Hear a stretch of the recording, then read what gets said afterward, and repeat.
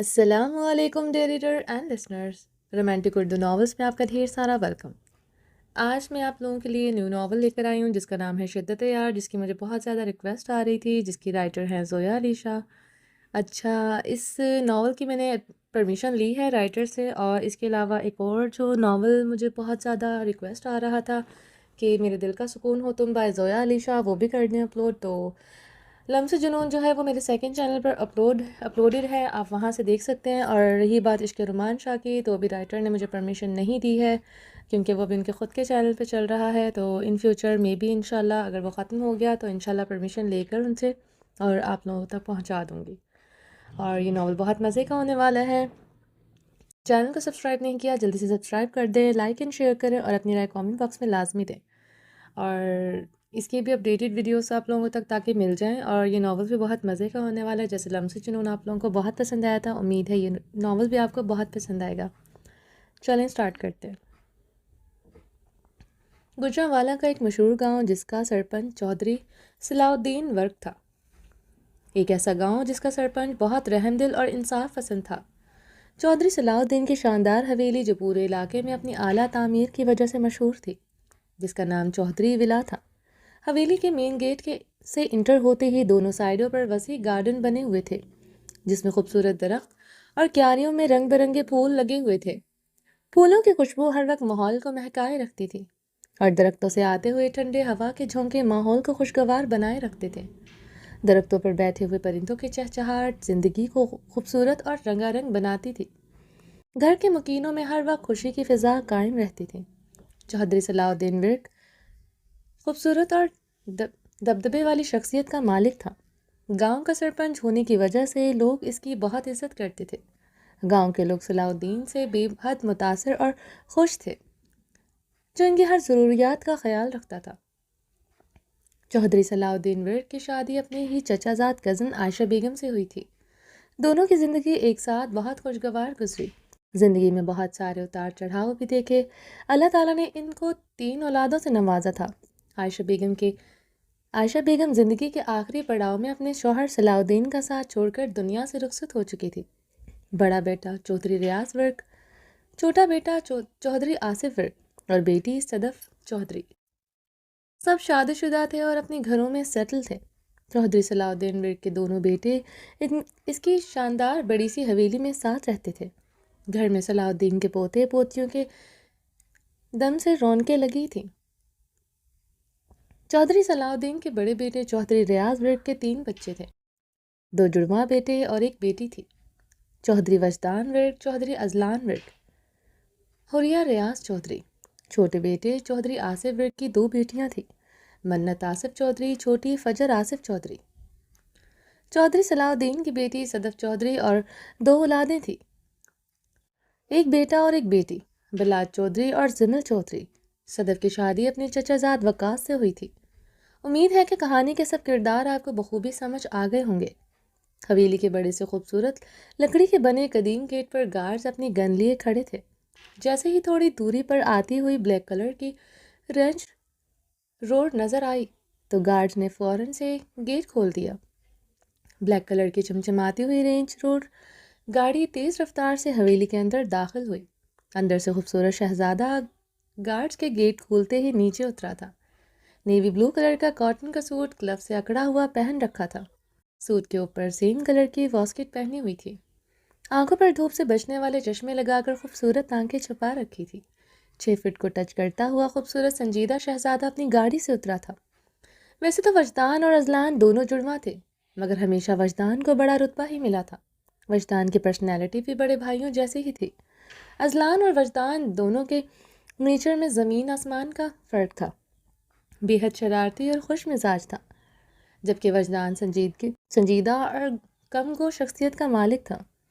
ویسے تو چودھری صلاح الدین ورک اپنے سب پوتے پوتیوں کو بے حد پیار کرتا تھا، مگر وجدان چودھری تو چودھری صلاح الدین کا غرور تھا۔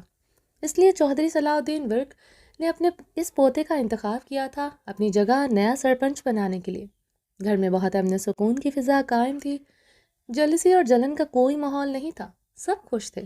صلاح الدین کی حویلی میں ہر وقت خوشیوں کی رونقیں لگی رہتی تھیں۔ وجدان 6 فٹ کا خوبرو شہزادہ کسرتی جسم، چوڑا سینہ، کھلتی ہوئی دودھیا سفید رنگت، خوبصورت نین نقش اور قیامت ڈھاتی ہوئی بلو آئیز جس پر گھنی پلکوں کا سایہ ہر وقت ان کی حفاظت کرتا تھا۔ جب پلکیں اٹھا کر دیکھتا تو سامنے والے کا کلیجہ نکالنے کا ہنر رکھتا، پھر چاہے سامنے دشمن ہو یا دوست۔ اتنی پرکشش اور گہری آنکھوں میں کسی کے لیے بچپن سے بے انتہا محبت چھپائے ہوئے تھا، جس کا اس نے کبھی کھل کر اظہار بھی نہیں کیا تھا۔ اس کے چہرے پر ہلکی گھنی بیئرڈ اور گھنی مونچھیں اس کے خوبصورت چہرے کو چار چاند لگا دیتی تھی۔ وجدان چودھری خوبصورتی میں بالکل اپنے باپ پر گیا تھا۔ جوانی میں اس کے باپ کی خوبصورتی کے اسی طرح کے چرچے ہوا کرتے تھے۔ وجدان کو لوگ چودھری ریاض ورک کی جوانی کہتے تھے۔ وجدان کی عمر 33 سال تھی، بے حد روبدار پرسنالٹی کا مالک تھا۔ وجدان پیشے سے ضلع کا ڈپٹی کمشنر اور گاؤں کا ہونے والا نیا سرپنچ تھا، جو دادا کا بے حد لاڈلا اور فرما بردار پوتا تھا۔ دادا کے ایک حکم پر سرخم کر دینے والا اس کا فرما بردار لاڈلا اور شیر دل پوتا تھا۔ صلاح الدین کے سب پوتے پوتیاں اسے پیار سے داجی کہہ کر بلاتے تھے۔ بسم اللہ بسم اللہ، میرا شیر آ گیا۔ چودھری صلاح الدین ورک خوشی سے بازو پھیلاتا ہوا اپنے پوتے چودھری وجدان ورک کی جانب آ رہا تھا۔ صلاح الدین کا پوتا وجدان اپنے دادے کا غرور تھا۔ چودھری صلاح الدین ورک اکثر اپنے پوتے کا ویلکم کرنے کے لیے دروازے پر آ جایا کرتا تھا۔ داجی کیوں کرتے ہو آپ مجھے شرمندہ؟ میں آ کر خود آپ کی خدمت میں حاضر ہو جاتا، آپ کیوں کھڑے ہیں میرے انتظار میں؟ وجدان ہمیشہ کی طرح سر جھکائے اپنے دادا جان کے ہاتھوں کو چوم کر آنکھوں سے لگاتے ہوئے گلے مل رہا تھا۔ میرے شیر، میں تجھے شرمندہ کرنے کے لیے نہیں، اپنے دل کو ٹھنڈک اور راحت پہنچانے کے لیے اپنے شیر کے انتظار میں کھڑا ہوتا ہوں۔ مجھے فخر ہوتا ہے کہ تو میرا پوتا ہے۔ چودھری صلاح الدین سینہ تان کر خوش ہوتے ہوئے اپنے پوتے کے گال کو پر بوسہ دے کر بولے، میرا شیر جس کام کے لیے گیا تھا وہ ہو گیا؟ چودھری صلاح الدین نے چمکتی آنکھوں سے پوچھا۔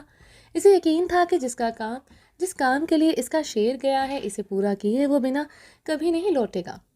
جی داجی، ایسا کیسے ہو سکتا ہے کہ میرا داجی مجھے کوئی کام کہے اور وجدان ورک کو وہ کام نہ کیے بنا لوٹ آئے؟ ایسا تو ممکن ہی نہیں۔ مجھے پورا یقین ہے اس بات کا کہ میرا شیر کام کیے بنا واپس نہیں لوٹ سکتا۔ چودھری صلاح الدین ورک نے اپنے پوتے کی پیٹھ تپتپاتے ہوئے شان سے کہا۔ حویلی کے مین گیٹ کے دونوں اطراف میں بنے شاندار گارڈنز کے بیچوں بیچ سے گزرتے ہوئے راستے میں کھڑے تھے۔ داجی، کل تک سارے کاغذات آپ کے پاس پہنچ جائیں گے، چودھری وجدان ورک نے مسکراتے ہوئے اپنی داجی کو خوشخبری سنائی۔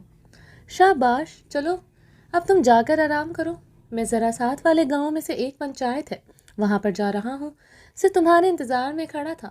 میں اپنے شیر سے ملے بنا نہیں جا سکتا، مجھے لوٹنے میں تھوڑی دیر ہو جائے گی۔ اپنے پوتے کے گلے ملتے ہوئے صلاح الدین اپنی گاڑی میں بیٹھ کر حویلی کے گیٹ سے اپنی چمچماتی گاڑی اور گارڈز کے ساتھ جا چکا تھا۔ سر، میں آپ کے لیے کچھ منگواؤں؟ سیف الرحمن نے مؤدبانہ انداز سے پوچھا۔ سیف الرحمن اس کے پاس ہی بادب انداز سے ہاتھ باندھے کھڑا تھا، جو وجدان کا بہت خاص بندہ تھا، جو ہر وقت وجدان کے ساتھ رہتا تھا۔ سیف الرحمن اتنا ایماندار اور خدمت گزار تھا کہ وقت آنے پر اپنے مالک چودھری وجدان ورک پر اپنی جان تک دے سکتا تھا۔ نہیں سیف الرحمن، تم آرام کرو، تم بھی تھکے ہوئے ہو، میں ابھی کچھ دیر یہاں پر بیٹھوں گا۔ چودھری وجدان جو اپنے دادا کے جانے کے بعد گارڈن میں لگی ہوئی کرسی پر ٹانگ رکھے ہوئے بیٹھ گیا۔ وجدان اپنا اکثر فارغ ٹائم یہاں پر گزارتا تھا۔ اسے یہاں کھلی فضا میں بیٹھنا بہت پسند تھا، اور آج تو وہ 2 دن کے بعد گھر آیا تھا، اس لیے سب سے پہلے وہ اپنی فیورٹ جگہ پر بیٹھ کر کچھ دیر سکون کے لمحے گزارنا چاہتا تھا۔ اس کے بعد گھر کے اندر جانے کا ارادہ رکھتا تھا۔ سیف، تم جاؤ، جا کر آرام کرو۔ سیف، جو ہمیشہ کی طرح وہیں پر کھڑا تھا، اس کا جانے کا کوئی ارادہ نہیں تھا۔ وجدان سیف الرحمن کی اس عادت سے بخوبی واقف تھا۔ سیف الرحمن کا گھر حویلی کے بیک سائڈ پر بنے ہوئے کوارٹرز میں تھا۔ اپنے گھر کے ملازموں کو اس حویلی کے لوگوں نے ہر طرح کی سہولتیں دے رکھی تھی، جیسے کہ گھر کے ملازموں کے لیے سرونٹ کوارٹر حویلی کے پشت پر بنے ہوئے تھے، جن کو سرونٹ کوارٹرز تو نہیں بولا جا سکتا تھا، کیونکہ حویلی کے بیک سائڈ پر ایک بہت بڑا ایریا تھا جس میں ہر سہولت دے کر بہت سارے کمرے تعمیر کروائے گئے تھے، یہاں تک کہ گھر کے ملازمین کے بچوں کے کھیلنے کے لیے گارڈن تک بنوایا تھا۔ اس میں جھولے لگے ہوئے تھے تاکہ گھر کے ملازمینوں کو کسی طرح کی مشقت کا سامنا نہ کرنا پڑے۔ ملازمین کے سارے اخراجات حویلی کے لوگ خود برداشت کرتے تھے، جیسے کہ بجلی کا بل، گیس کا بل، پانی کا بل اور ان کے بچوں کے اسکول فیسز وغیرہ، اور گھر کے ملازمین کی میڈیکل کا بھی سارا خرچہ حویلی کے لوگ خود اٹھاتے تھے، اور یہ رول چودھری صلاح الدین ورک کا بنایا ہوا تھا۔ سر اگر آپ کو میری کوئی ضرورت پڑ جائے تو آپ فوراً سے فون کر دیجیے گا، وجدان کے سختی پر کہنے پر بھی جاتے ہوئے سیف الرحمان نے بادب اور مؤدبانہ انداز سے کہا۔ وجدان کے لبوں پر ایک سیکنڈ کے لیے مسکراہٹ پھیل گئی۔ سیف الرحمان جا کر اپنی بیوی کو بھی تھوڑا ٹائم دے دیا کر، بیچاری مجھے بد دعائیں دیتی ہوگی۔ نہیں سر، وہ تو بہت خوش ہوتی ہے کہ خدا نے ہمیں آپ کی خدمت کرنے کا موقع دیا ہے، سیف الرحمان نے نظریں جھکائے بادب انداز سے مسکراتے ہوئے کہا۔ پھر بھی جا اور جا کر اپنی بیوی کو تھوڑا ٹائم دیا کرو، ابھی تیری شادی کو اتنا ٹائم نہیں ہوا ہے اور تو سارا دن میرے ساتھ چپکا رہتا ہے۔ اپنی بیوی کو کچھ دن کے لیے گھمانے لے کر جاؤ۔ نہیں سر، میں آپ کو چھوڑ کر نہیں جا سکتا سیف الرحمان، میں تیرا باس ہوں، تیری بیوی نہیں جو تیرا مجھے چھوڑ کر جانے کو دل نہیں کرتا، اور بہت سے لوگ ہیں جو کچھ دن میرے ساتھ رہ لیں گے۔ تم اپنی بیوی کو لے کر کچھ دن کے لیے گھومنے جا۔ 6 مہینے ہو گئے ہیں تیری شادی کو اور تو سارا دن میرے ساتھ رہتا ہے۔ تمہاری بیوی کے لیے تمہارے پاس ٹائم ہی نہیں بچتا۔ تم دونوں کا مری جانے کا انتظام میں نے کروا دیا ہے۔ کل تم اپنی بیوی کو لے کر ہنی مون کے لیے مری جا رہے ہو۔ کیا سر آپ بھی؟ سیف الرحمان ہنی مون کے نام پر شرماتے ہوئے سلام کر کے جا چکا تھا۔ سیف الرحمان نیچر وائز بہت شرمیلا تھا، عمر میں تو وجدان سے تقریباً کوئی 2 سال ہی بڑا تھا۔ وجدان نفیمی سر ہلاتے ہوئے لبوں میں مسکرایا تھا، اپنے شرمیلے رائٹ ہینڈ کو دیکھ کر جو ہنی مون کی بات سن کر فوراً وہاں سے رفو چکر ہو چکا تھا۔ منت، تمہاری اچھل کود والی حرکتیں مجھے زہر لگتی ہیں۔ منت کی ماں عافیہ بیگم جو سیڑھیاں چڑھتے ہوئے اوپر جا رہی تھی، اس کی نظر بھاگ کر اپنے روم سے باہر آتی ہوئی منت پر پڑی تھی، جو لاپرواہی سے دوپٹہ گلے میں ڈالے ہاتھ میں رسی لیے آ رہی تھی۔ اپنی ماں کی آواز پر اس نے جلدی سے اپنے دونوں ہاتھ پیچھے کی جانب باندھتے ہوئے رسی کو چھپا لیا۔ اب یہ ڈرنے کی ایکٹنگ کرنے کی ضرورت نہیں ہے، تمہیں مجھ سے کتنا ڈر لگتا ہے اس بات سے میں اچھی طرح سے واقف ہوں۔ منت جو نظریں جھکائے کھڑی تھی، عافیہ بیگم کو اس کے اس انداز پر بھی خوف ہونے لگتی تھی۔ منت وجدان کے چچا کی بیٹی تھی۔ منت چودھری خاندان کی نازک سی گڑیا جس کو بچپن سے ہی سانس کا پرابلم تھا، جس کی وجہ سے منت پڑھائی میں کافی ویک تھی۔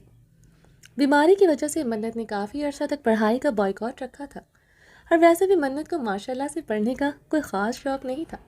یہ تو وجدان کا ڈر تھا جس کی وجہ سے منت نے دوبارہ داخلہ لیا۔ منت اپنے باپ چودھری آصف ورک کی آنکھ کا تارا تھی، مگر ماں کی محبت سے وہ ہمیشہ محروم ہی رہی تھی۔ منت کی ماں ہمیشہ سے اپنی چھوٹی بیٹی فجر کو اپنے زیادہ نزدیک اور آنکھ کا تارا بنا کر رکھتی تھی۔ سگی ماں ہونے کے باوجود ہمیشہ منت کے ساتھ اس کی ماں کا رویہ سوتیلی ماں جیسا تھا۔ منت کی ماں کا رویہ سب کی سوچ سے بالاتر تھا۔ منت بچپن سے ہی بیماری کی وجہ سے بہت کمزور اور نازک سی تھی، مگر خوبصورتی سے اپنی ماں سے وراثت میں ملی تھی۔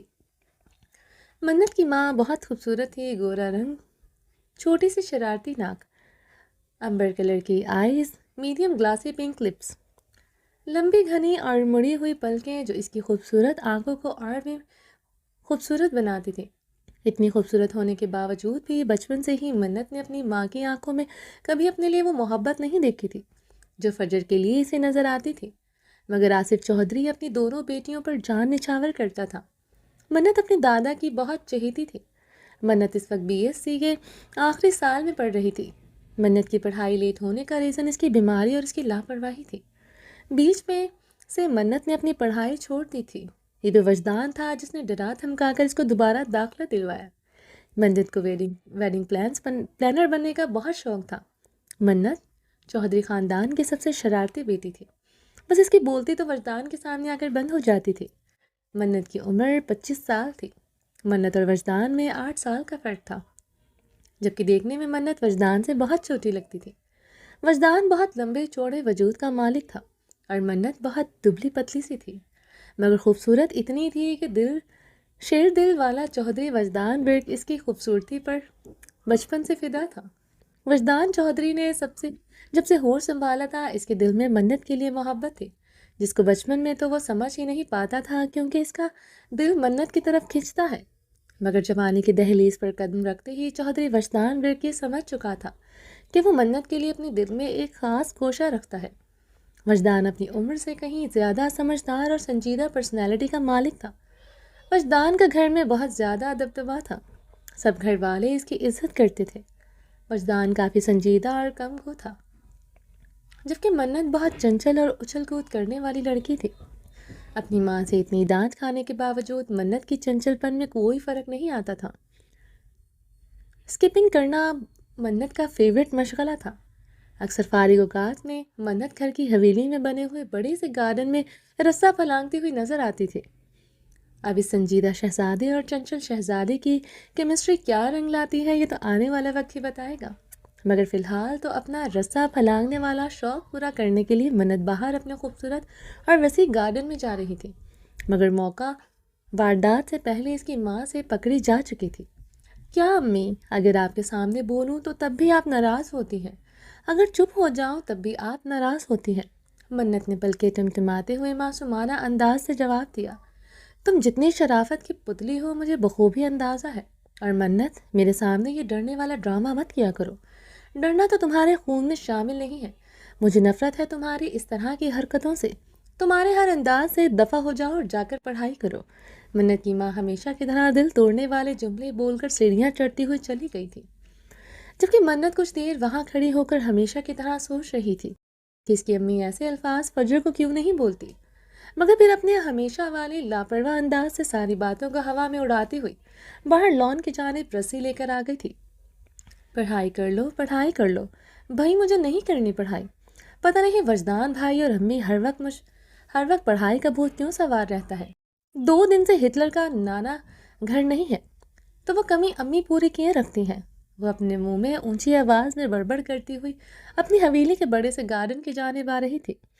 نہیں بھائی، نہیں کرنی مجھے پڑھائی، بندے کی زندگی میں صرف پڑھائی کرنا ہی رہ گیا ہے، بڑا ہی بورنگ کام ہے پڑھائی، میرا بس چلے تو میں دنیا سے پڑھائی نام کی چیز غائب کر دوں۔ میرے جیسے پتہ نہیں کتنے معصوم بچوں کی زندگی خواہ مخواہ اس میں پڑھائی نے حرام کر رکھی ہے۔ صبح اٹھو تو پڑھائی، سوتے ہوئے کرو پڑھائی، کھانے بیٹھو تو پڑھائی۔ اللہ نے اتنی خوبصورت زندگی دی ہے جو کہ ایک ہی بار ملنی ہے، تو بندہ اپنے فیورٹ کام کرے، جیسے کہ میں کرنے جا رہی ہوں۔ وہ اپنے آپ کو سراہتے ہوئے لان میں آ چکی تھی۔ وجدان پچھلے دنوں سے گھر پر نہیں تھا تو منت دل کھول کر رسہ کودنے والا اپنا شوق پورا کر رہی تھی۔ وہ ہاتھ میں پکڑی ہوئی رسی کو ایک ہاتھ میں گول گول گھماتی ہوئی بہت خوشی والا چہرہ لیے مسکراتے لبوں سے لان میں آ رہی تھی۔ منت کہاں جا رہی ہو؟ وجدان کی بھاری آواز اچانک منت کی سماعت سے ٹکرائی تو منت کے طوطے اڑ گئے تھے۔ میں وہ لفظوں کو توڑتے ہوئے جملہ بنانے کی کوشش کر رہی تھی۔ اس نے پلٹ کرسی پر بیٹھتے ہوئے وجدان کو دیکھا۔ اس لاپرواہ لڑکی نے آتے ہوئے سامنے درختوں کے نیچے رکھی ہوئی کرسیوں پر بیٹھا ہوا وجدان نہیں دیکھا تھا، جبکہ وجدان اسے بڑبڑ کرتا ہوا بخوبی دیکھ رہا تھا۔ وجدان کے نابی لب مونچھوں تلے مسکرا رہے تھے، اپنی محبت اپنی منت کو سامنے دیکھ کر۔ ایسا کون سا کارنامہ سر انجام دینے جا رہی تھی جو بتایا نہیں جا رہا؟ کرسی پر ٹانگ جمائے ہوئے بیٹھا تھا، آئی برو کو اٹھا کر سنجیدہ اور روبدار انداز سے پوچھا، وجدان بھائی میں تو منت کتنی بار کہا ہے کہ مجھے بھائی مت بلایا کرو۔ اس کی بات کو بیچ میں ٹوکتے ہوئے سخت لہجے میں کہا، مگر کیوں؟ منت نے ہمیشہ والا سوال کیا۔ منت کو یہ بات وجدان کی بہت بری لگتی تھی جب اسے بھائی بلانے سے روکتا تھا۔ کچھ دن صبر کرو، پتہ چل جائے گا، ورنہ جس طرح تمہاری حرکتیں ہیں وقت سے پہلے ہی مجھے کوئی سٹیپ نہ لینا پڑ جائے۔ وجدان نے اس کے خوبصورت چہرے کو گھورتے ہوئے کہا، پتہ نہیں وجدان بھائی آپ کو مجھ سے مسئلہ کیا ہے، ہمیشہ ہی مجھے ڈانٹتے رہتے ہیں کیونکہ ابھی میرا پیار سہنے کے قابل نہیں ہو۔ وجدان نے ایک نظر اس کے ڈرے ہوئے چہرے کی جانب دیکھ کر سوچا تھا، آپ کو صرف مجھ سے ہی مسئلہ ہے، آپ حریہ سے کتنا پیار کرتے ہیں اور فجر کو بھی پیار سے ہی بلاتے ہیں، صرف میں ہی آپ کو زہر لگتی ہوں۔ منت کی وجدان سے ڈرتے ہوئے جان جاتی تھی، مگر اس کی جو تیز زبان تھی وہ ڈرتے ہوئے بھی جو بولنا چاہتی تھی وہ بول کر ہی دم لیتی تھی۔ بیوقوف لڑکی، حریہ اور تم میں فرق ہے۔ وجدان اس بیوقوف لڑکی کا کیا کرتا جس کو وجدان کی آنکھوں میں اپنے لیے بے انتہا محبت نظر ہی نہیں آتی تھی، اور وہ وجدان کی باتیں اس کے سر سے اوپر گزر جاتی تھی۔ کیا فرق ہے آج بتا ہی دے، وہ بہن ہے میری۔ چودھری وجدان ورک نے موٹی کھوپڑی کو سمجھانے کے لیے ایک کلو دیا تھا۔ تو کیا میں آپ کی بہن نہیں ہوں؟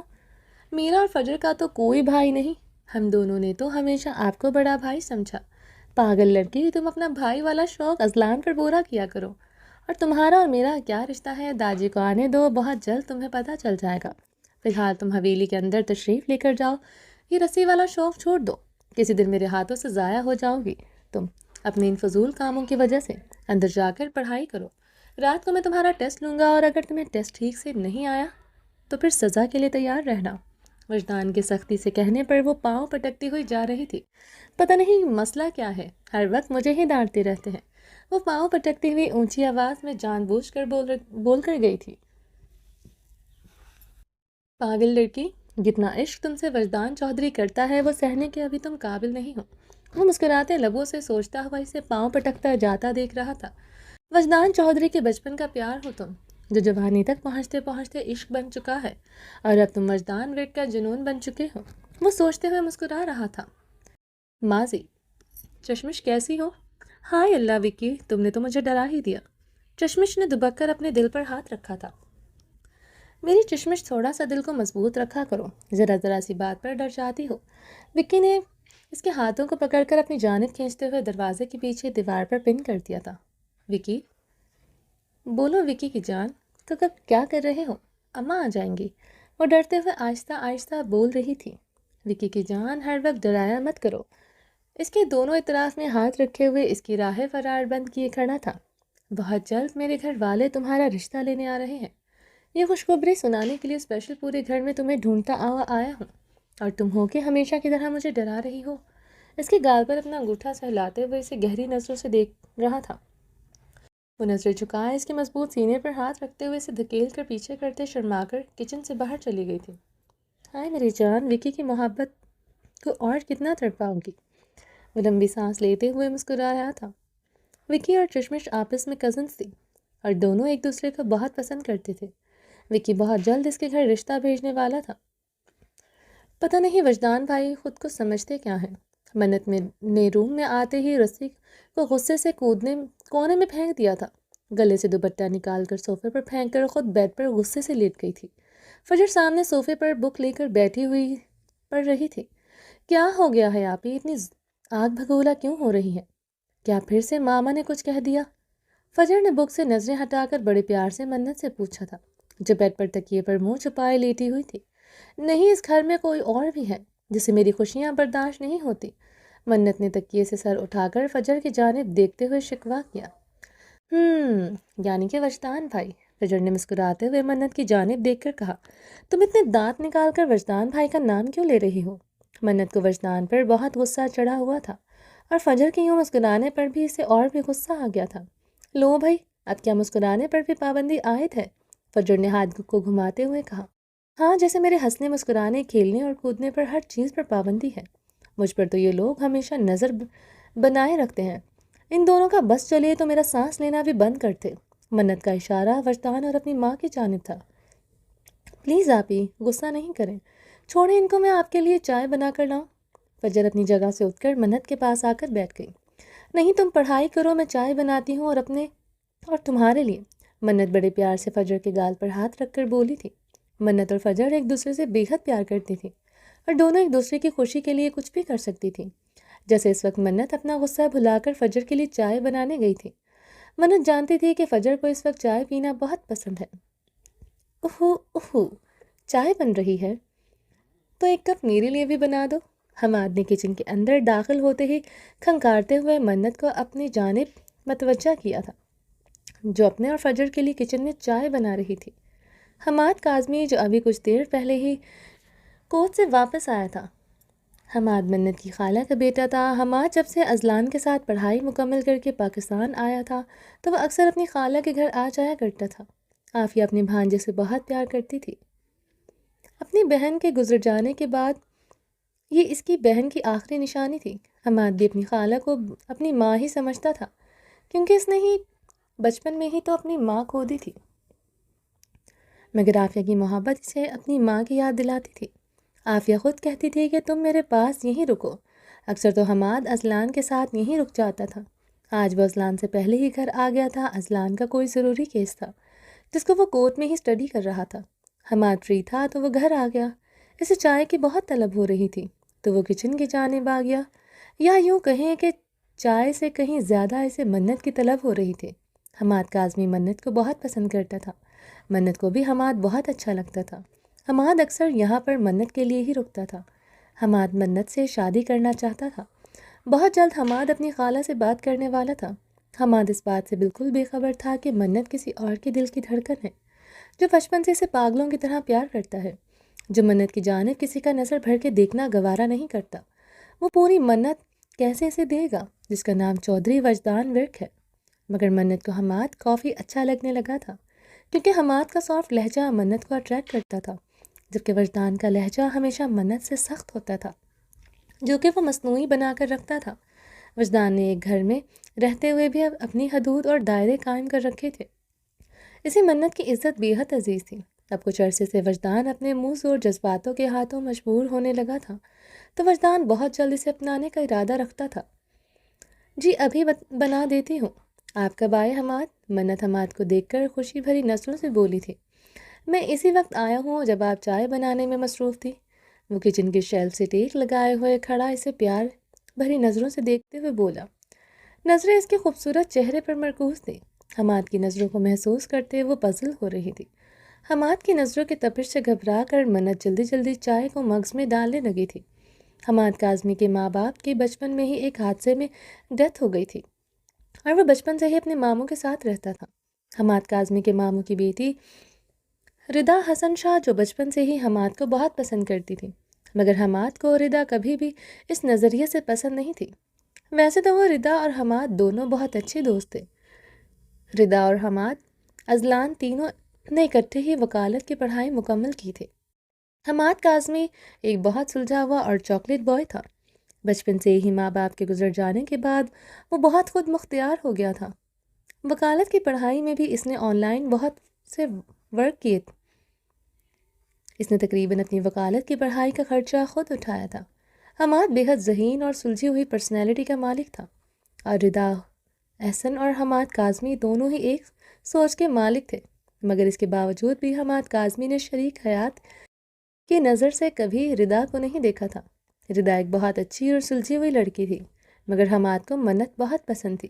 منت میں تم سے کچھ کہنا چاہتا ہوں، حماد نے سوچتی ہوئی نظروں سے منت کی جانب دیکھتے ہوئے کہا۔ جی کہیں، منت نے چائے مگ کے اندر چھانتے ہوئے بنا دیکھے جواب دیا۔ میں تم یہاں کیا کر رہے ہو؟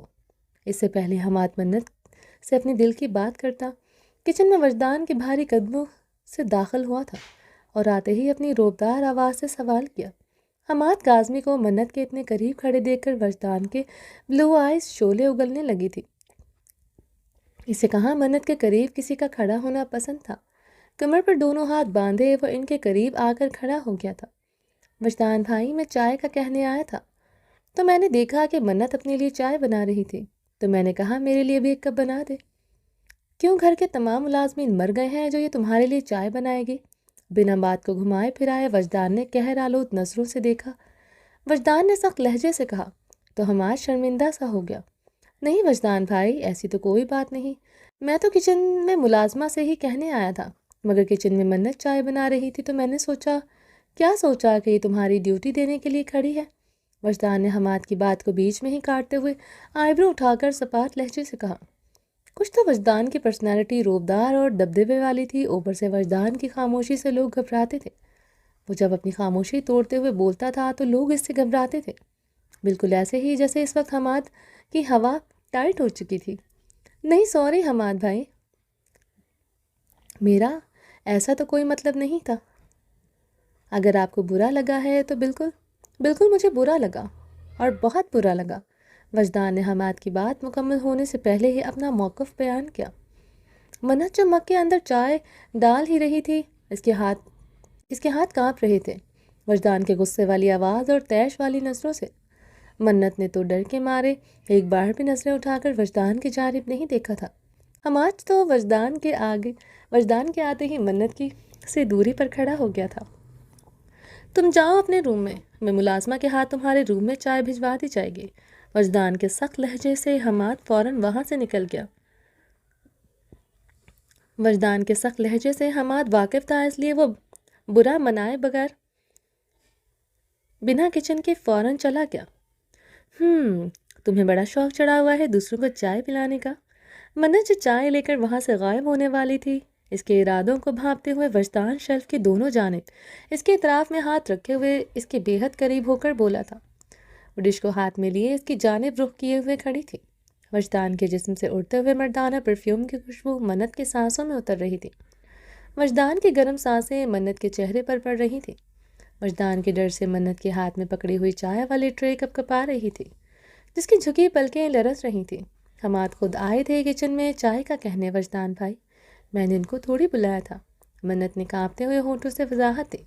اس کو بھائی کہتے ہوئے تمہاری زبان نہیں ٹوٹتی ہے؟ اس کو بھائی کہتے ہوئے تمہاری زبان ٹوٹتی ہے؟ وہ حماد اور میں بھائی، تمہاری موٹی کھوپڑی میں بات کیوں نہیں گھستی؟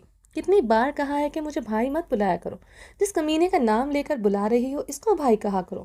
وجدان نے غصے گراتے ہوئے اس پر چہرہ جھکائے کہا، اس حماد سے دور رہا کرو ورنہ تمہاری سانسیں کھینچ لوں گا۔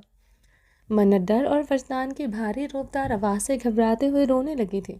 رونا بند کرو، تمہاری آنکھ سے اگر ایک آنسو بھی گرا تو مجھ سے برا کوئی نہیں ہوگا۔ وجدان کے کہنے پر منت نے ہچکی لیتے ہوئے آنسو ایک دم روک لیے تھے۔ ویری گڈ، اب بتاؤ اس کمینے کے لیے تم نے اپنے ہاتھوں سے کون سی چائے بنائی ہے؟ منت سے تھوڑی دوری بناتے ہوئے وجدان نے نرم لہجے کو نرم کرتے ہوئے پوچھا تھا، کیونکہ منت کے اتنا زیادہ قریب ہو کر وجدان کو اپنے موضوع اور جذباتوں کو روکنا بھاری پڑ رہا تھا۔ صرف اسی لیے تو وجدان اپنے اوپر ہمیشہ پہرے لگائے رکھتا تھا۔ بچپن سے ایک چھت کے نیچے رہنے کے باوجود وہ منت سے دور اور بظاہر کھچا رہتا تھا۔ وہ ہمیشہ اسے ڈانٹ کر ہر کام کہتا تھا، کیونکہ وجدان ورک کے اندر محبت کے پرجوش لاوے ابل رہے تھے، جو ہر وقت منت کو اپنی دسترس میں چاہتے تھے۔ ان لاووں کو روکنے کے لیے منت سے دوری بنائے رکھنا بے حد ضروری تھا۔ منت عمر میں بھی وجدان سے چھوٹی تھی اور بچپن میں بیمار رہنے کی وجہ سے بھی منت کافی ویک تھی۔ منت جب پیدا ہونے والی تھی تو اس کی ڈیلیوری میں بہت زیادہ کمپلیکیشنز تھے، تو منت 7 مہینے میں ہی دنیا میں تشریف لے آئی تھی۔ اس وجہ سے بھی منت کافی کمزور تھی، اور وجدان منت کی نسبت اتنا ہی لمبا چوڑا اور خوبرو مرد تھا، تو منت کسی لحاظ سے بھی وجدان کو سہنے کی صلاحیت نہیں رکھتی تھی۔ اس لیے وجدان ورک نے ہمیشہ اپنے جذباتوں پر پہرے لگا رکھے تھے۔ اب وہ چلتے چلتے جوانی کی اس منزل پر پہنچ چکا تھا، جہاں پر آ کر منت کو وہ ہمیشہ کے لیے اپنا بنا کر پورے حق سے اپنی دسترس میں لانے کا ارادہ رکھتا تھا۔ میں نے پوچھا، تم نے اپنے ان خوبصورت ہاتھوں سے حماد کے لیے چائے کا کون سا مگ بنایا ہے؟ منت کی چپ پر لفظوں کو پیستے ہوئے وجدان نے بات دہرائی۔ یہ والا۔ منت نے ہاتھ میں پکڑی ہوئی ٹرے کے ایک کپ کی جانب اشارہ کیا۔ ٹرے میں اب بھی 3 مگ رکھے ہوئے تھے۔ اب بھی تینوں کپ لے کر جا رہی ہو؟ یعنی کہ اسے روم میں چائے دینے کا ارادہ رکھتے ہو؟ منت، میں تمہاری جان لے لوں گا اگر اب مجھے تم اس کے نزدیک نظر آئی۔ منت، میری بات کو لائٹ مت لینا، اتنی بے وقوف نہیں ہو تم کہ میرے جذبات تمہاری سمجھ میں نہ آتے ہو، اور نہ ہی اب تم اتنی ننھی منھی بچی رہی ہو کہ میرے جذباتوں سے واقف نہ ہو۔ منت، بہت تمیز کے دائرے میں رہ کر اپنا جذبہ تم تک میں وفتاً پہنچاتا رہا ہوں۔ یہ مگ ہے نا اس کے نام کا؟ وجدان نے وہ مگ اٹھایا جس کی جانب منت نے اشارہ کیا تھا۔ اسے اٹھا کر پاس ہی سنک میں پورا انڈیل کر کپ خالی کر کے اسے بھی سنک کے اندر پھینک دیا۔ وجدان کے اس عمل پر منت ڈر کے مارے کانپ رہی تھی۔ آج کے بعد تمہارے یہ ہاتھ میرے سوا کسی کی خدمت گزاری کے لیے اٹھیں تو کاٹ دوں گا۔ نہ بچیں گے یہ ہاتھ اور نہ کرو گی کہ تم کسی اور کی خدمت۔ اس کی کلائی کو نرمی سے اپنے مضبوط ہاتھ میں پکڑے ہوئے لفظوں کو چبا کر بولا تھا۔ اتنے غصے میں بھی وجدان نے منت کی کلائی پر کوئی سختی نہیں دکھائی تھی۔ یہی تو وجدان ورک کی خوبی تھی، وہ غصے میں بھی اپنے ہوش و حواس ہمیشہ قائم رکھتا تھا، اور اس وقت وہ جانتا تھا کہ اس کی محبت بہت نازک ہے۔ اگر وہ اسی کی کلائی کو دبائے گا تو پکا کوئی نہ کوئی ہڈی نے فریکچر ہو جانا ہے۔ وجدان ورک جوش میں ہوش کبھی نہیں کھوتا تھا۔ اور یہ دونوں کف کس کے ہیں؟ کانپتی ہوئی منت سے ایک اور سوال کیا تھا، ایک فجر کا اور ایک میرا۔ تمہارا مگ کون سا ہے؟ اس کے کان پر جھک کر سرگوشی میں کہا۔ یہ والا، اپنے بلیک والے مگ کی جانب اشارہ کرتے ہوئے کہا۔ منت اور فجر نے ایک دوسرے کو 2 مگ گفٹ کیے تھے، ایک بلیک اور ایک وائٹ۔ بلیک مگ منت کا تھا اور وائٹ فجر کا۔ وجدان نے وہ مگ اٹھا کر اپنے لبوں سے لگاتے ہوئے اس میں سے چند چائے کے سپ لیے۔ اس مگ کو منت کے لبوں سے لگا کر آنکھ کے اشارے سے پینے کو کہا۔ مجھے نہیں پینی، میرے ہاتھ سے سپ لو بہتر ہے، ورنہ اگلی بار یہ موقع نہیں دوں گا۔ آپشن بدل جائے گا، میرے لبوں سے سپ لینا پڑے گا۔ وجدان ورک نے سرگوشی میں کان پر جھکتے ہوئے کہا۔ تو منت کے پورے وجود میں سنسناہٹ دوڑ گئی تھی۔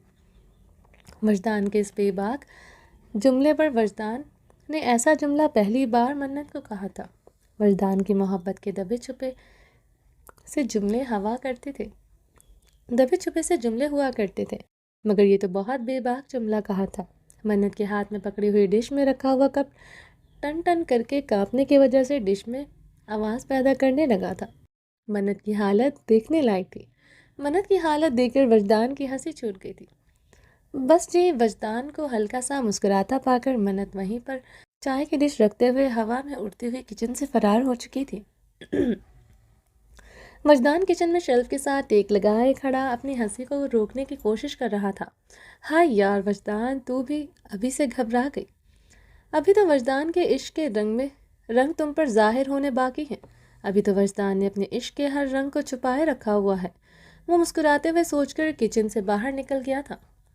منت آپی، چائے کہاں ہے؟ منت کو واپس منہ پھلا کر تیز تیز قدموں سے روم میں آتے دیکھ کر فجر نے سوال کیا۔ آپی خیریت تو ہے؟ منت کو اپنے حواسوں میں نہ پا کر فجر اس کے قریب آ گئی تھی۔ فجر، وجدان بھائی کو کسی اچھے سائیکیٹرسٹ کو دکھانے کی ضرورت ہے۔ اف اللہ آپی، آپ نے تو مجھے ڈرا ہی دیا۔ میں نے کہا پتہ نہیں کیا ہو گیا ہے، منت نفی میں سر کو ہلاتے ہوئے بولی تھی۔ فجر، پوچھوں گی نہیں کہ میں ایسا کیوں بول رہی ہوں؟ منت نے حیرانی سے منت کی جانب دیکھتے ہوئے کہا۔ نہیں، میں بالکل نہیں پوچھوں گی کہ وجدان بھائی نے آپ سے کیا کہا، کیونکہ میں آپ کی طرح بے وقوف نہیں ہوں۔ شٹ اپ فجر، تمیز سے بات کرو۔ میں بے وقوف نہیں ہوں، وجدان بھائی سائیکو ہیں۔ فجر جو اپنے ہاتھ میں بک لے کر دوبارہ ریڈ کرنے لگی تھی، اس کے ہاتھ سے بک کو پکڑ کر اس کے سر پر مارتے ہوئے بولی۔ آپی کیا کر رہی ہیں؟ مجھے لگ رہی ہے۔ فجر اپنے سر پر ہاتھ رکھتے ہوئے منت کی جانب دیکھ رہی تھی۔ لگنی بھی چاہیے۔ میں تو کہتی ہوں وجدان بھائی کے سر پر بھی ایسی 2-4 کتابیں جوڑ کر مارنی چاہیے۔ تم دونوں ایک جیسی پرسنالٹی ہو، سڑوں میسنے گھننے۔ کتاب کو اس کے ہاتھ میں تھماتے ہوئے فجر کے پاس ہی بیٹھ گئی تھی۔ ہم لوگ گھننے میسنے اور سڑو نہیں ہیں، ہم لوگ سمجھدار، سلجھے ہوئے اور کم گو ہیں، فجر نے اپنے بارے میں تشریح کرتے ہوئے کہا۔ اچھا سمجھدار سلجھی ہوئی محترمہ، مجھے ذرا یہ بتاؤ نا، گوارا کرو گے کہ وجدان بھائی کے دماغ میں آ کر کیا چل رہا ہے؟ تم دونوں تو ایک جیسے سمجھدار، اعلیٰ سوچ رکھنے والے ہو، تمہیں تو بخوبی اندازہ ہوگا۔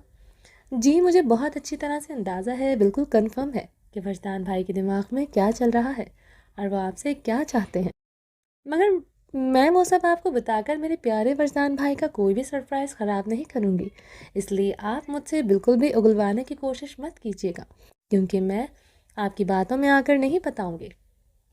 اگر آپ اپنی اس بچگانہ سوچ سے باہر آ کر غور و فکر کریں گی تو آپ کو بھی سمجھ میں آ جائے گا، بچپن سے ہی وجدان بھائی آپ کو ہی بھائی بولنے سے منع کیوں کرتے ہیں۔ اس سے زیادہ میں کچھ نہیں کہوں گی، پلیز مجھے پڑھائی کرنے دیں، کیونکہ مجھے آپ کی طرح فیل ہونے کا کوئی شوق نہیں ہے۔ فجر فل سٹاپ لگا کر پڑھنے لگی۔ ہاں جی پڑھ لو تم نے ماما نے اور وجدان بھائی نے مل کر پڑھائی کے بلبوتے پر اس پوری دنیا کو فتح کرنا ہے، اس لیے بک کی کوئی لائن چھوٹنی نہیں چاہیے۔ منت منہ بسوڑتے ہوئے اپنی بیڈ پر جا کر بیٹھ کر لیٹ جاتی ہے۔ پتہ نہیں آپ کو کیوں نظر نہیں آتا ہے کہ وجدان بھائی آپ سے کتنا پیار کرتے ہیں۔ بچپن سے مجھے نظر آتا ہے کہ وجدان بھائی آپ سے کتنا پیار کرتے ہیں۔ وہ ٹھنڈی آہ بھرتی ہوئی سوچ کر ایک نظر منت کی جانب دیکھتی ہوئی اپنی پڑھائی میں مشغول ہو گئی۔ فجر پاگل میں نہیں تم ہو، اتنی بچی نہیں ہوں میں جو مجھے یہ سمجھ میں نہ آئے کہ وجدان بھائی کیا چاہتے ہیں، مگر مجھے ان کی چاہت کو جان بوجھ کر نظر انداز کرنا پڑتا ہے۔ اتنے سڑیل بندے کے ساتھ میں تو نہیں رہ سکتی، جو بولتا تو ایسے ہے جیسے دنیا پر احسان کر رہا ہو، اور ہنستا ایسے ہے جیسے ہزاروں روپے کا خرچہ آ جاتا ہو۔ اس کے مسکرانے پر ہر وقت روب جماتا اور اکڑتا رہتا ہے۔ بچپن سے لے کر مجھ سے ہی کبھی پیار سے بات کرنے کی توفیق نہیں ہوئی، جب بھی پاس آتا ہے میرا دل تو دھڑکنا بند ہو جاتا ہے۔ اگر ہم دونوں کی شادی ہو گئی تو اللہ کے حکم سے بچے گونگے پیدا ہوں گے۔ خود تو اس کو بولنے کا شوق نہیں ہے اور میرے شوق پر ٹیپ لگا دے گا۔ شادی کے بعد پڑھائی کروا کر میرے دماغ کو سن کر دے گا، اور پیار تو ٹائم ٹیبل کے حساب سے کیا کرے گا، ہفتے میں آدھے سیکنڈ کی ایک کس ہوا کرے گی اور مہینے میں ایک بار جھپی ملا کرے گی۔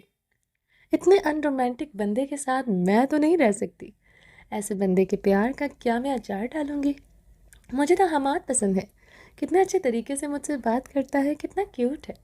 مجھے تو بہت پیار کرنے والا سویٹ ہسبینڈ چاہیے، جو میری ناز نخرے اٹھائے، نہ کہ سارا دن پروفیسر بن کر میرے سر پر چھڑی لے کر کھڑا رہے۔ منت سب کچھ اپنے دماغ میں سوچ کر مسکرا دی۔ منت کو وجدان کے دل کی بات پتہ تھی کہ وہ منت کو پسند کرتا ہے، مگر منت اس کے اکھڑے اور روبدار رویے سے ہمیشہ گھبراتی تھی۔ اس لیے منت کو وجدان ہسبینڈ کے روپ میں پسند نہیں تھا، اسی لیے وہ ہر بار جان بوجھ کر اس کی گول گول محبت والی باتوں کو اگنور کر دیتی تھی۔ مگر آج وجدان کے لفظ یاد کرتے ہوئے الفاظ زیادہ گہرے ہوئے تھے تو وہ بہت زیادہ سوچ میں پڑ گئی تھی۔ ماضی: ابا جی، آپ میرے ساتھ ایسا کیسے کر سکتے ہیں؟ آپ میری محبت سے بہت اچھی طرح سے واقف تھے، پھر آپ نے میرے ساتھ ایسا کیوں کیا؟ وکی اپنے بابا کے سامنے آج پہلی بار اونچی آواز میں بول رہا تھا۔ اس کے دل کا درد اس کی آنکھوں سے ابل ابل کر باہر آ رہا تھا۔ وکی تو میرا بہت سمجھدار بیٹا ہے، تاشی میں وہ صلاحیت نہیں ہے۔ وہ صدا کا جذباتی اور محدود سوچ کا مالک ہے۔ وکی کا بابا وکی کو سمجھانے کے لیے آگے بڑھا تھا۔ خدا کے لیے ابا جان، آج نہیں، آج مجھے آپ یہ کہہ کر صبر نہیں دلا سکتے کہ میں آپ کا سمجھدار بیٹا ہوں۔ بھاڑ میں گیا میرا سمجھدار ہونا۔ آپ کو بہت اچھی طرح سے پتہ تھا کہ میں چشمش کو کتنا پسند کرتا ہوں۔ میں آپ کو اور اماں کو بتا چکا تھا کہ میں اسے شادی کرنا چاہتا ہوں۔ میں نے آپ کو اپنا رشتہ لے کر جانے کے لیے کہا تھا، مگر آپ نے میری غیر حاضری کا فائدہ اٹھاتے ہوئے کیسے اس کا نکاح تاشی بھائی سے کروا دیا؟ وکی اتنے ہائپر مت ہو بیٹا، بیٹھ کر ایک بار میں ہماری بات تو سنو۔ وکی کی ماں اپنے بیٹے کو تڑپتے ہوئے دیکھ کر اس کے قریب آئی تھی۔ اماں جان، آپ کو لگتا ہے کہ کوئی گنجائش ہے، کوئی ایسا مدعا ہے جس پر ہم بیٹھ کر بات کر سکتے ہیں؟ آپ نے میری چشمش کا تاشی بھائی سے نکاح کروایا دیا، آج اس کی رخصتی کروانے جا رہے ہیں۔ میرے 10 دن کی غیر حاضری کا آپ نے بہت اچھا فائدہ اٹھایا۔ آپ لوگ مجھے بتانا پسند کریں گے کہ ایسی کون سی قیامت ٹوٹ گئی تھی جو آپ نے یہ سب کیا؟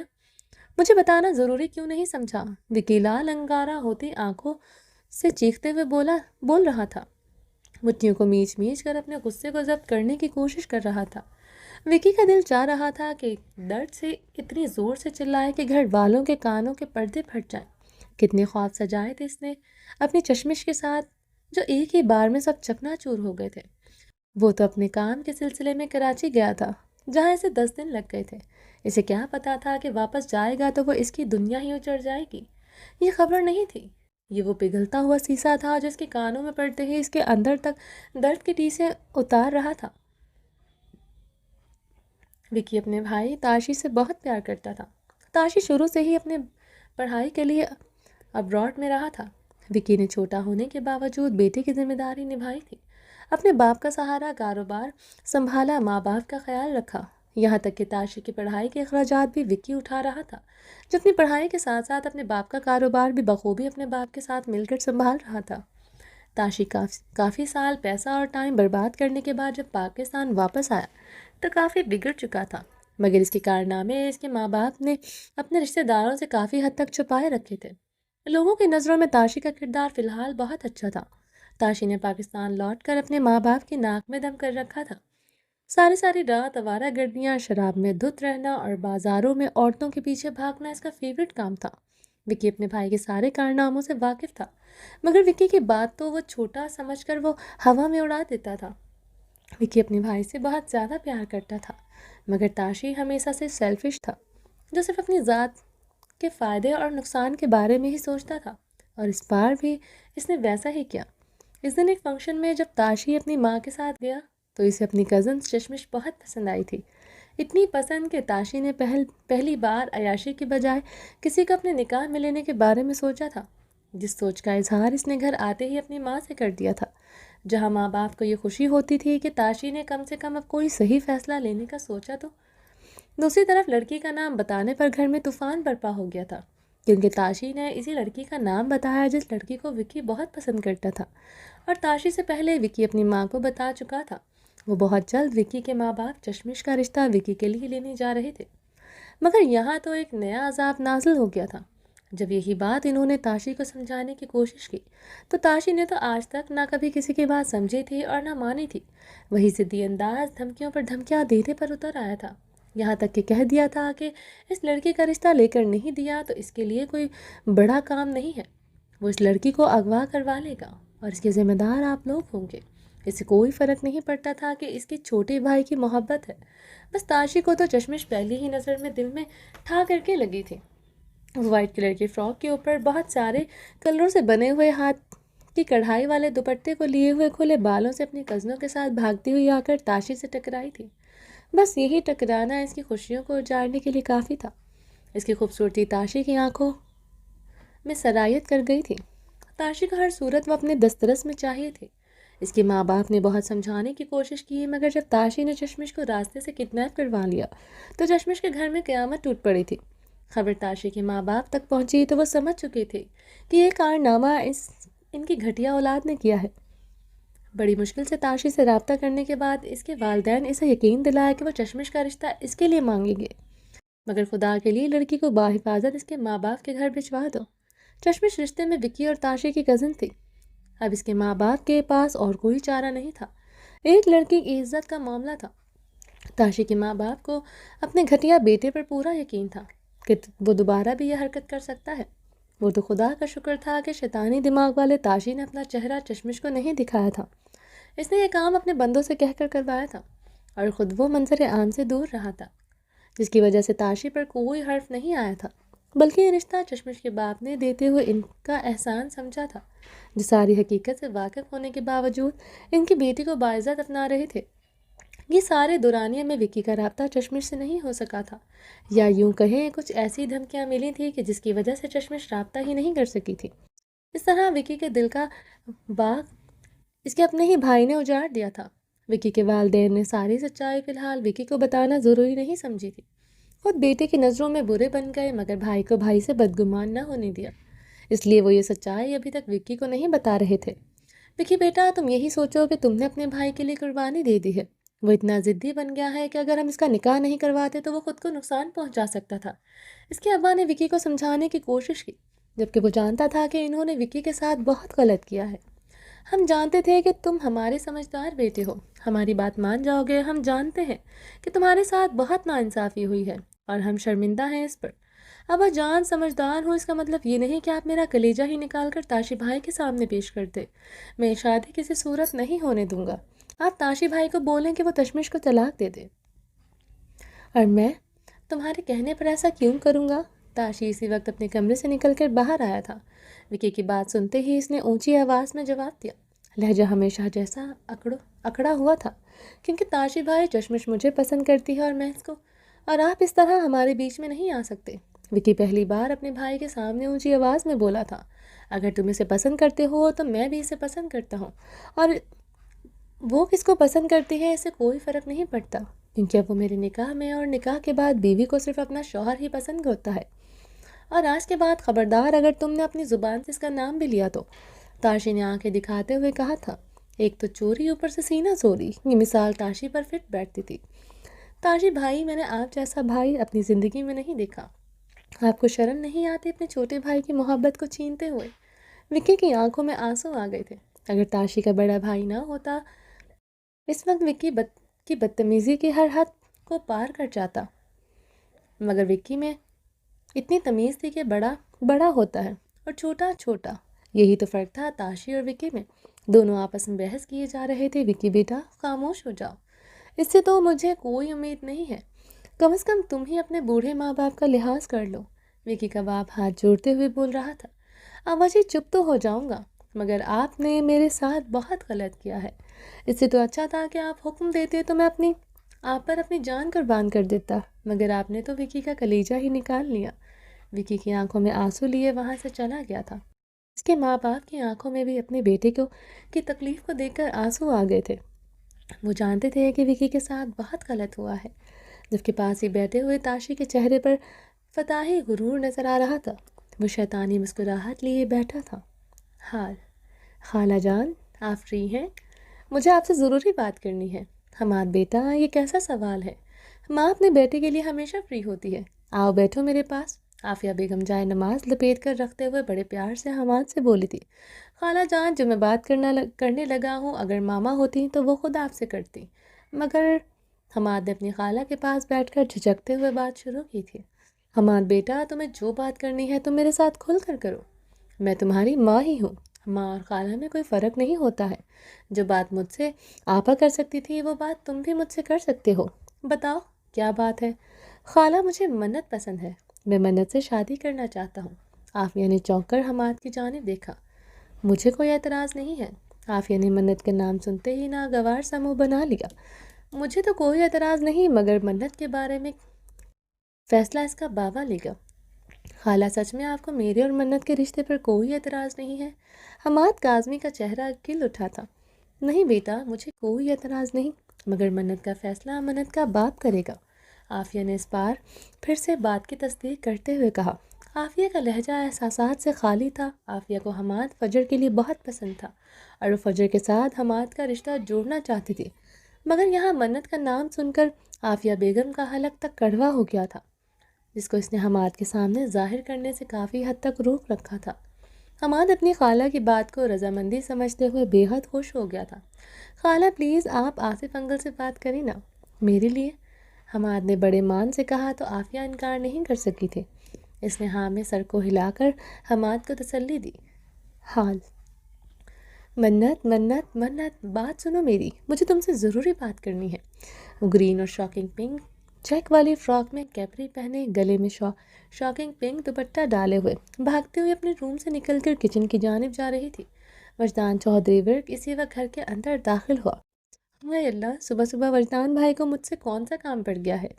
اللہ میاں، آج صبح صبح کون سا گناہ ہو گیا ہے جو یہ میرے سامنے آ گئے ہیں؟ منت جان بوجھ کر اگنور کر کے بھاگ رہی تھی، مگر وجدان کے بھاری اور دبدبے والی پیچھے سے آتی ہوئی آواز کی وجہ سے وہ ڈرتے ہوئے رک گئی تھی۔ آپ کو مجھ سے کیا کام ہے؟ وہ نظر نیچے جھکائے اپنے دوپٹے کے پلو کو انگلی سے لپیٹتے ہوئے راہداری کے بیچ میں لفظوں کو توڑتے ہوئے بولی۔ وہ چند قدم طے کرتے ہوئے اس کے قریب آیا، اپنی کمر پر دونوں ہاتھ باندھے وہ دلکش انداز سے کھڑا تھا۔ فل وائٹ کلر کے سوٹ کے اوپر ڈارک ٹرے واسکٹ پہنے اس کی پرسنالٹی ہمیشہ کی طرح دبدبے والی نظر آ رہی تھی۔ اس کے وجود سے اڑتی ہوئی اس کی پسندیدہ پرفیوم کی خوشبو ماحول کو مہکائے ہوئی تھی۔ تم مجھ سے اتنا ڈرتی کیوں ہو؟ قسم سے تمہیں کھا نہیں جاؤں گا۔ منت نے ڈرتے ہوئے نظریں اٹھائی تھی۔ آپ کا کوئی بھروسہ بھی نہیں ہے وجدان بھائی، وہ نظروں کو جھکائے سچائی بیان کر رہی تھی۔ منت کی تو ہمیشہ سے وجدان کے سامنے آنے سے جان جاتی تھی۔ کچھ تو وجدان کی پرسنالٹی ہی ایسی ہی تھی، اوپر سے وہ جان بوجھ کر منت کا ڈرا سہما بچگانہ روپ دیکھنے کے لیے اس پر ہمیشہ اپنا روپ بنائے رکھتا تھا۔ اف، تمہیں کتنی بار کہا ہے منت مجھے بھائی مت بلایا کرو۔ اس کا لہجہ سخت ہوا تھا، اسی لیے میں آپ کی بات نہیں سن رہی تھی۔ آپ کو تو ہمیشہ مجھ پر صرف غصہ ہی آتا ہے۔ وہ نظریں جھکائے شکایتی انداز میں بولی۔ غصہ تم مجھے جان بوجھ کر چڑھاتی ہو۔ لہجے پر کنٹرول کرتے ہوئے وجدان ورک بولا تھا۔ تمہیں یہ بھائی والا شوق ہر وقت کیوں چڑھا رہتا ہے؟ گھر میں ازلان ہے نا، اس کو سارا دن بھائی بھائی بول کر تم تھکتی نہیں، جب اپنا شوق مجھ پر اتارنے آ جاتی ہو۔ اور وہ حماد بھی تو ہے، اس کو بلایا کرو بھائی۔ وجدان کے لہجے میں ہلکا سا طنز طاری ہوا تھا۔ میں آپ کے راستے میں نہیں آتی، آپ ہی زبردستی میرے راستے میں آ جاتے ہیں۔ منت نے حماد کو بھائی بولنے والی بات کو نظر انداز کرتے ہوئے کہا۔ منت آصف چودھری، میں تمہارے راستے میں نہیں آتا، میں ہی تمہارا رستہ ہوں اور میں ہی تمہاری منزل۔ تمہارا ہر راستہ مجھ سے شروع ہو کر مجھ پر ہی ختم ہوتا ہے۔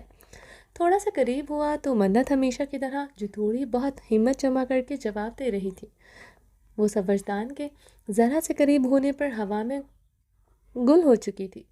وہ دبک کر دیوار سے جا لگی تھی۔ اس کے دونوں اطراف میں ہاتھ رکھتے وجدان نے محبت اور سختی کی ملی جلی کیفیت سے اس کے کان پر جھک کر سرگوشی کی اور وہ فوراً سے پیچھے ہو گیا۔ منت کی عزت اسے اپنی عزت سے کہیں زیادہ عزیز تھی۔ وہ جانتا تھا کہ اس وقت وہ راہداری کے بیچ میں کھڑا ہے اور یہاں پر کسی کی بھی نظر ان پر پڑ سکتی ہے۔ وہ منت کے کردار پر کسی قسم کی انگلی اٹھتے برداشت نہیں کر سکتا تھا۔ میں جاؤں؟ نہیں، وجدان نے اسی کے انداز میں اس کی نقل اتارتے ہوئے کہا۔ منت اس کے ڈرے ہوئے لہجے سے لفظوں کو توڑنا وجدان کو ہمیشہ کی طرح بہت پیارا لگا تھا۔ وجدان چودھری کے سخت دل کی نرم تاروں کو منت کے یہ پیارے پیارے الفاظ چھیڑ چھاڑ کر کے گدگدا رہے تھے۔ دوسری طرف منت بالکل اس کے برعکس تھی۔ منت کا دل تو چاہتا تھا کہ وہ پلک جھپکے اور غائب ہو جائے اور وجدان چودھری کی نظروں سے کہیں دور جا کر چھپ جائے۔ کیا کیا کر رہے ہیں؟ وجدان نے اپنی مضبوط مردانہ ہاتھ اس منت کا نازک سا ہاتھ پکڑا تو منت کے لفظوں کی مالا ٹوٹ کر بکھر گئی تھی۔ منت کا چھوٹا سا دل سو کی اسپیڈ سے دھڑک رہا تھا۔ کچھ نہیں کر رہا، کھاؤں گا نہیں تمہیں، میرے ساتھ میرے روم میں آؤ۔ اس کا ہاتھ پکڑ کر اپنے ساتھ لے جانے لگا۔ وہ اپنی جگہ پر ساکت کھڑی تھی۔ وجدان چودھری نے نظریں پیچھے کی جانب کرتے ہوئے گھورا تو منت جلدی سے اس کے ہم قدم ہو لی۔ وجدان کے لبوں تلے گہری مسکراہٹ پھیلی تھی جسے اس نے فوراً سے روک لیا تھا۔ ہنسنے کے معاملے میں وجدان بہت کنجوس تھا اور منت کے سامنے مسکرا کر وہ منت کے ڈرے ہوئے چہرے کو دیکھنے سے قاصر نہیں ہو سکتا تھا۔ وجدان اس کا ہاتھ پکڑے اسے اپنے روم میں لے آیا تو اس نے محسوس کیا تھا کہ وہ منت کانپ رہی ہے۔ وجدان نے اس کا ہاتھ نرمی سے چھوڑ دیا تاکہ وہ کمفرٹیبل ہو سکے۔ ہاتھ چھوڑنے کی دیر تھی کہ منت نے وہی بچکانہ حرکت کی اور بھاگ کر روم سے باہر جانے لگی تھی۔ وجدان اس کے ارادے کو بھانپتے ہوئے دروازے کی جانب لپکا تھا۔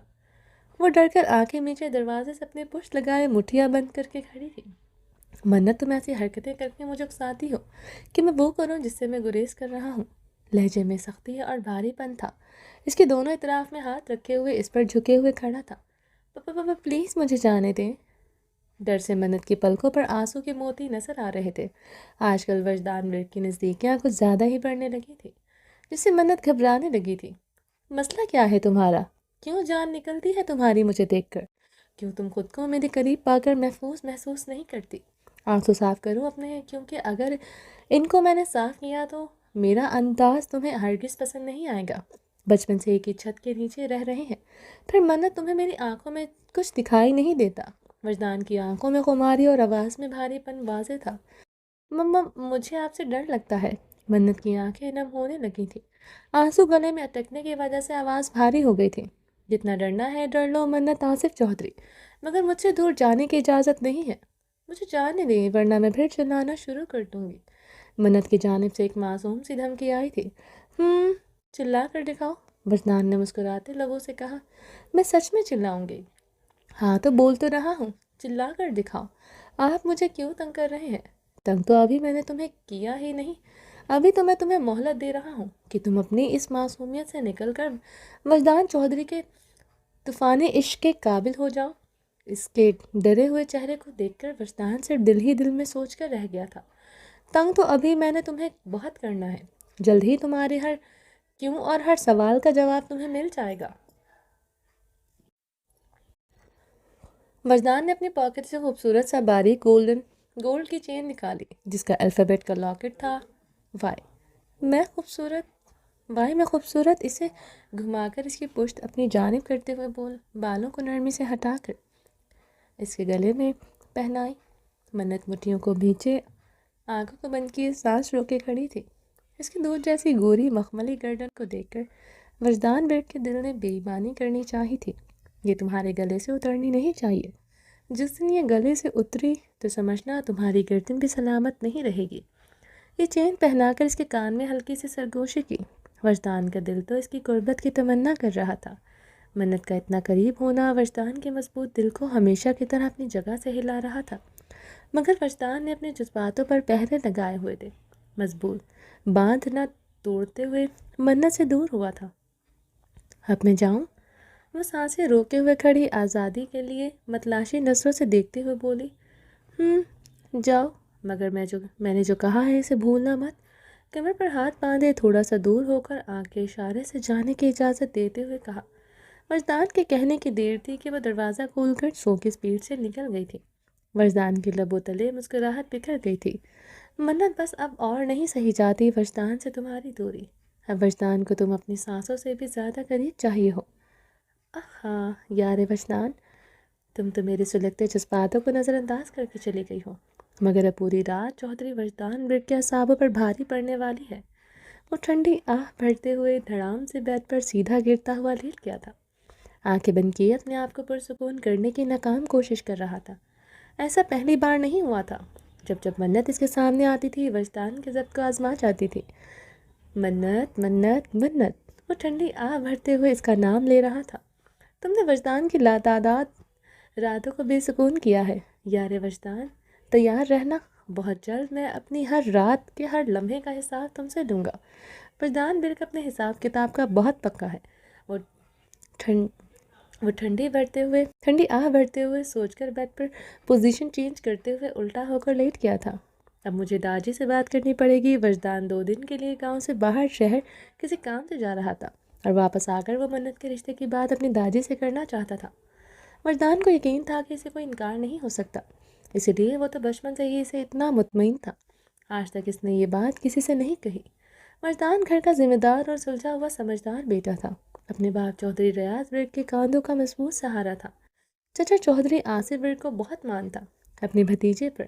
چودھری آصف برک کا کوئی بیٹا نہیں تھا، مگر وہ اپنے دونوں بھتیجوں کو اپنی سگی اولاد کی طرح ہی پیار کرتا تھا، اور وجدان میں تو آصف چودھری کی جان بستی تھی، اور دادا صلاح الدین کا تو وہ شیر تھا، اور ایک ایسا سکہ جسے اس کا دادا جہاں بھی پھینکتا تو وہ چیز سونا بن جاتی تھی۔ ہر ڈیل وجدان برک ڈن کر کے ہی لوٹتا تھا۔ چچی عافیہ بھی وجدان کو بہت پیار اور عزت دیتی تھی، تو ایسے میں انکار کا تو سوال ہی نہیں تھا۔ اسی لیے وہ بے حد مطمئن ہو کر 2 دن کے لیے شہر جا رہا تھا اور واپس آ کر بات کرنے کا ارادہ رکھتا تھا۔